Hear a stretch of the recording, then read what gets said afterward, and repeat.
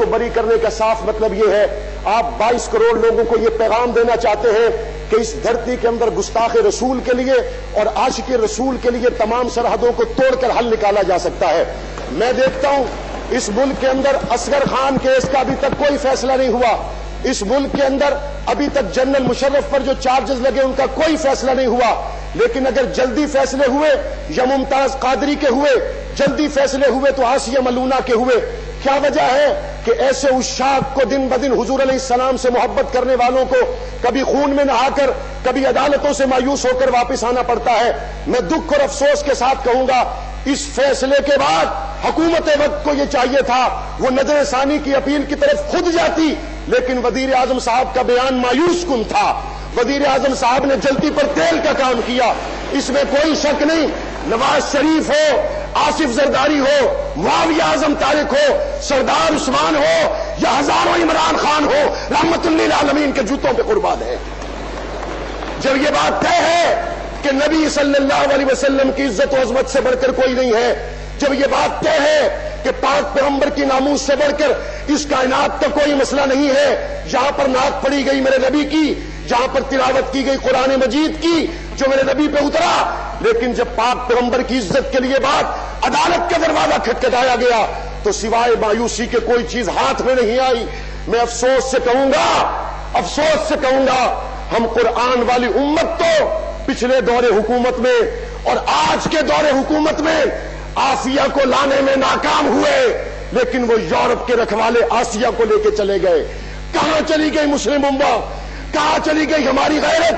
شام میں مظلوم بہنوں کے لیے تو کوئی طیارہ نہیں آیا، عراق میں مظلوم بہنوں کے لیے تو کوئی طیارہ نہیں آیا، آسیہ کے لیے تو پی آئی اے کا اور پچھلے دور حکومت میں وزیر اعظم کا کوئی جہاز نہیں گیا، اور آج یورپ کے دلدادہ انسانی حقوق کے علمبردار 22 کروڑ مسلمانوں کے جذبات سے کھیل کر اس ملعونہ کو واپس لے جا کے یہ بتانا چاہتے ہیں لا الہ الا اللہ کے نام پر بننے والے ملک کے اندر بھی محمد کی عزت کے قانون پہ کوئی سمجھوتا نہیں ہے۔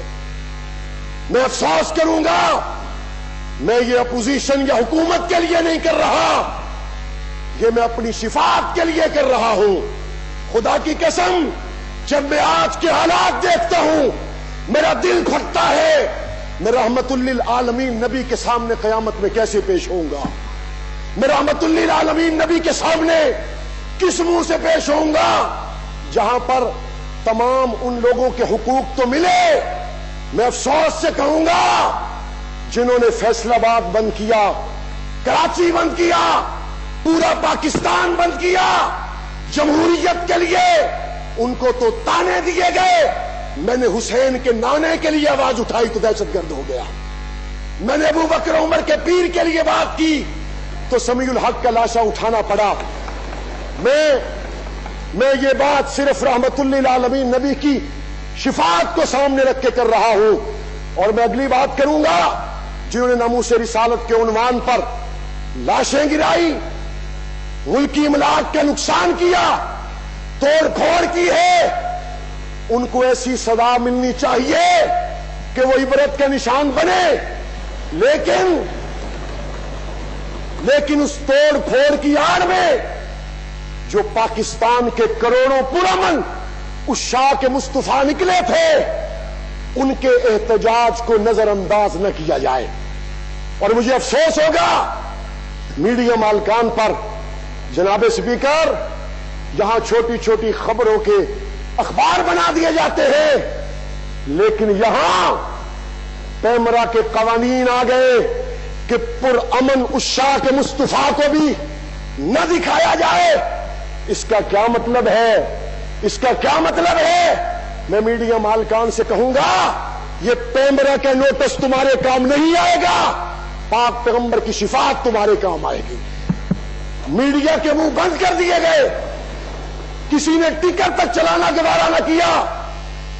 رحمت للعالمین کے عنوان پر بھی اگر آج قوم اس اضطراب میں مبتلا ہے تو مجھے ڈر ہے وہ وقت نہ آ جائے جب لوگوں کا ہمارے ملک کی عدالتوں سے مکمل طور پر اعتماد اٹھ جائے۔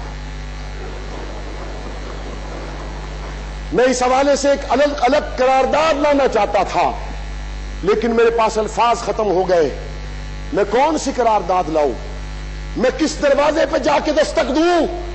میں نبی کی عزت کی بات کروں تو کہاں جا کر کروں؟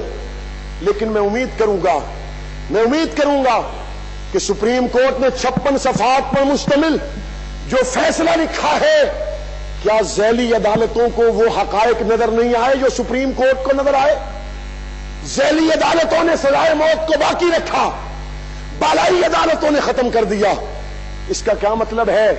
ناموس رسالت حساس عنوان ہے، اگر ذیلی عدالت کے لوگوں نے حقائق کو نظر انداز کر کے اسے حضور کا گستاخ ڈکلیئر کیا تو اس کا مطلب یہ ہے جناب اسپیکر، نیچے والے وہ تمام ججز کے دل میں ایمان نہیں، چونکہ کسی کو گستاخ رسول کہنا بھی ٹھیک نہیں اور جو ہو تو اس کو بچانا بھی ٹھیک نہیں ہے، یا وہ ٹھیک تھا یا یہ ٹھیک ہے۔ آئے حکمران اور میڈیا پر اس بات کو واضح کرے کہ یہ تمام تر سازشیں کہاں سے ہو رہی ہیں۔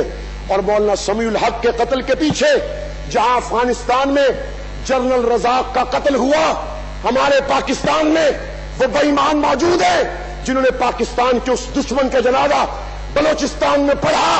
ہم سمجھتے ہیں جنرل رزاق کے قتل کے بعد مولانا سمیع الحق کی یہ شہادت پاک افغان مذاکرات کے حوالے سے بھی ایک گہری سازش ہے، اور میں امید کروں گا یہ ایوان صرف قراردادوں تک محدود نہیں رہے گا بلکہ ان کے حوالے سے عملی شواہد سے اور اس تحقیق کے حوالے سے بھی ہاؤس کو آگاہ کرے گا۔ اللہ ہمارے گناہوں کو معاف فرمائے اور دنیا آخرت میں ہم پہ رحم کرے۔